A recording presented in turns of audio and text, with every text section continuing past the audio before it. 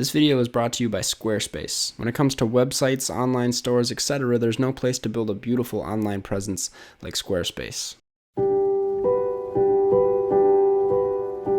There's something about Greta Gerwig's work that I can't get enough of. No, literally, both years she has made a film, that film happens to be the most rewatched thing I saw that year. The first time I experience a Greta Gerwig film, I'm overwhelmed with the love and authenticity pouring out of each scene. The only antagonist in her films is the world around the characters, not any character specifically. That said, the empathy you feel for everyone on screen is strong. Even side characters like Kyle feel like they have something to relate to. Not to mention her use of community. I think that more than anything is what I love about her work. The actors feel so natural with their actions on screen. And that's where her direction stands out to me. Nobody is able to capture that sense of authentic togetherness the way she does without making documentary. With all this said, I love both Little Women and Lady Bird, and that is why I'm gonna make them fight to the death. I wanted to make this video not as a way of putting two films against each other, but highlighting what each film does so well. I'll be breaking these two films down by direction, visual aesthetic, performances, screenplay, and as we usually do on this channel, sustainability. Let's not waste any more time, let's get into it. This last year, Greta was snubbed from the Best Director category at the Oscars, and I'm clearly not the only one upset by that. Little Women is a story that's been adapted to death, and is clearly a story that could be read a million different ways. Gerwig's take feels specific, but right. It doesn't feel like a director's voice overpowering an already established story, it feels like a voice doing its best to support that story and succeeding at that. As I mentioned earlier, Gerwig moved this film along so rhythmically with the consistency of its warm tone. The performances always feel comfortable. I still can't believe they aren't related in real life. It's really cool how she was able to take source material that could have been really boring and ended up taking risks with it. There's small quirks throughout that release the heaviness within certain scenes. Match cuts that not only reveal the emotions Joe will hold on to over time, but also make you go, huh, that's kind of funny how they cut like that. It's a piece of work that stands on its own through its direction and should be remembered for that. But before she made Little Women, there was Lady Bird, the film that did get her a directing nomination. Lady Bird may not be pushing many boundaries or look as impressively directed on its surface, but underneath is a carefully choreographed piece of dramatic comedy. Lady Bird succeeds most and gained its strong following through its relatability, and thankfully for the sake of that argument, I'm not alone on this. But that's the thing, Lady Bird doesn't feel universal, it's focused on this one specific character. I mean, the story is driven by the fact that Lady Bird is from Sacramento, and last I checked, Sacramento isn't the most popular city out there. But people like me, a white guy in his 20s, somehow saw ourselves in Lady Bird. I'm not a teenage girl in high school, nor did I feel as rebellious as her, nor am I from Sacramento, but I was at one point in high school and have some connection to where I'm from. Just that was enough for Gerwig to work with. She captures the scattered but controlled experience of being a teenager, the messiness of feeling and experiencing so many things for the first time. That sense of community within the cast still stands. I fully believe everyone here is from the same school. My point is, it's a film with a lot of pieces that she was able to put together in all the right ways. At the end of the day though, I think Little Women had bigger challenges with its direction, so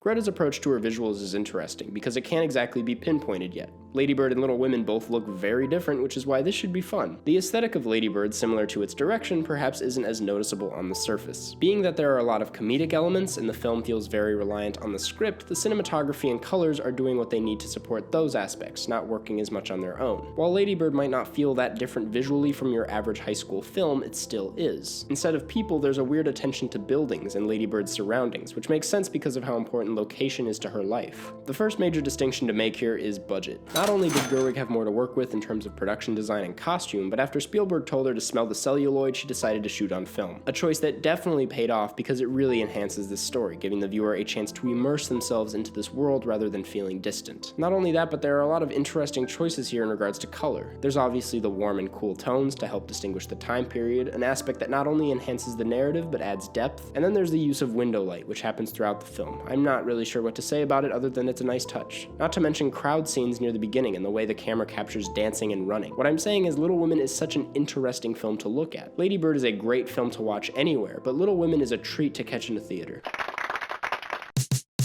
Now this is a tough one to compare because one is an original screenplay and the other is adapted. But when taking into consideration the challenges that came with adapting Little Women and the originality brought to the table, I think it balances out. Obviously many of the most beautiful and iconic lines to come out of Little Women came originally from Louisa May Alcott, but as I just mentioned, Gerwig obviously had some input in regards to structure and style. Gerwig also chose to focus more on the money aspects of the story as opposed to the relationship subplots, but still giving everyone a heavy dose of each. On top of that, it's worth mentioning her use of rhythm in the writing as well. The way characters move from one line to the next, even from one scene to the next, feels almost musical. She balanced it well, and as a result, it's a good script, but it leaves little to discuss past that. With Lady Bird, Gerwig wrote one of the best screenplays of the decade. A screenplay with sharp moments that feel shocking, silly, and heartbreaking all in the span of one page. Lady Bird is one of those films where not a minute feels wasted. Every line and moment in the film is crucial for what you need to get out of it. Even if something doesn't necessarily feel like it moves the story forward, it tells you something new about the characters. It does all of this in only 115 pages. You feel like you know Lady Bird, like she's in your own life by the end, but it didn't feel like a drag getting to know her. It serves as a masterclass in creative storytelling by finding relatability, entertainment, and insight in the life of a teenager. For obvious reasons, I've said it before and I have to repeat it. You can't find a Greta Gerwig cast anywhere else, besides, I guess, maybe a Wes Anderson movie. What I'm saying is the energy that Gerwig is able to bring out of her actors is something I haven't seen anywhere else, at least the way she does it. This has been the case in both films, starting with Lady Bird. Lady Bird starts with the car fight scene between Lady Bird, played by Saoirse Ronan, and her mother, played by Laurie Metcalf. Both actors are on completely different sides, but they both bring out that same level of chaos. It constantly feels like they're one-upping each other, up until the climax. Eventually, Lady Bird jumps out of the car, which you think is what makes the scene, but what really drives the idea home, no pun intended, is Laurie Metcalf's scream that feels equally as, if not more, dramatic. Between the chemistry within these performances and that kind of build-up, you get what is one of my personal favorite scenes of that year. This happens with pretty much every scene in that film. Actors never feel like they're competing against one another, but that they're matching the actions. Everybody is acting like they've known these people for the 4 years they've been in high school together, but no more than that. The script is obviously the reason behind some of this, but once again, it's the way Gerwig is building a community on set that makes it so great, something she also accomplished during Little Women. Little Women has some of the most emotionally demanding performances of last year, Saoirse Ronan being a highlight. Ronan has such a sense of leadership with the way she acts. She always feels in command of the scene, not only in the actual story, but with her body language and vocal delivery. And don't even get me started on Florence Pugh, who you really can't take your eyes off of anytime she's on screen. Timothée Chalamet as Laurie is so charming, like no shit, everybody has a crush on him. It's because of the cast and perhaps the fact that this was shot on film that this movie feels so alive and full of life. This is a tough category because both casts feel full of energy and deliver beautiful performances in their own ways. But at the end of the day, I've gotta say Lady Bird. There isn't a single performance in Lady Bird that feels like it isn't a real person. Even Jenna, who on the surface feels stone cold, clearly has a lot of insecurities. Every actor in Lady Bird brings enough to their character where said character could have their own film.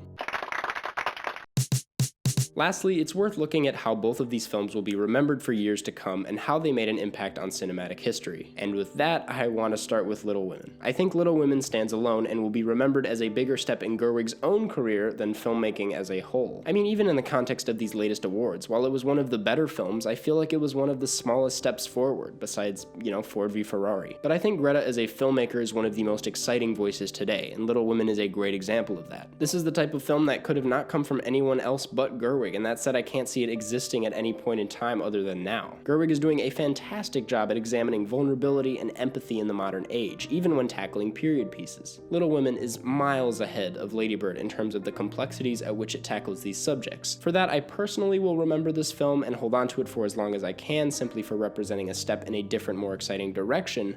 I just worry what will happen when the next Little Women adaptation comes out. So then there's Lady Bird. Lady Bird felt like something completely new, which to a lot of people was exciting because it was, another high school movie. It was a moment where tons of young moviegoers and filmmakers were like, oh, high school movies can be done like this. It's because of Lady Bird's universal qualities and the fact that it doesn't necessarily represent any specific time period that I find it to be so incredibly sustainable. I can get behind the argument that maybe there isn't too much to discuss. It's not a movie that asks any bigger questions, but it doesn't need to, nor does it want to. It serves more as a sense of comfort, like a warm blanket, a story of this one girl strung together by different moments that you yourself can feel. Sure, I might not relate to Lady Bird forever, but maybe I'll one day relate to her mom, maybe her dad, maybe her brother. There is a whole lot of truth in this film that I'm sure I still haven't fully discovered even after watching it 5 times. That being said, only 2 films deep, Gerwig seems to have a pretty great track record. She's only getting more ambitious and has no desire to stay in any particular box, but the reassuring part is no matter how far she chooses to branch out, she'll always be the person behind these films. Her style is something I don't want to take advantage of, and feel incredibly lucky to be living in the same timeline of. So with all that being said, thanks for watching, don't forget to check out both of these films and form your own opinion, and before you head out, I would like to give a quick thank you to this week's sponsor, Squarespace. Now Squarespace, if you didn't know, is a place where you can go to build a website, progress your brand, basically do whatever you need to do. They have a wide array of award-winning designer templates that'll make that website look so amazing. I mean, we're talking modern, we're talking sleek, we're talking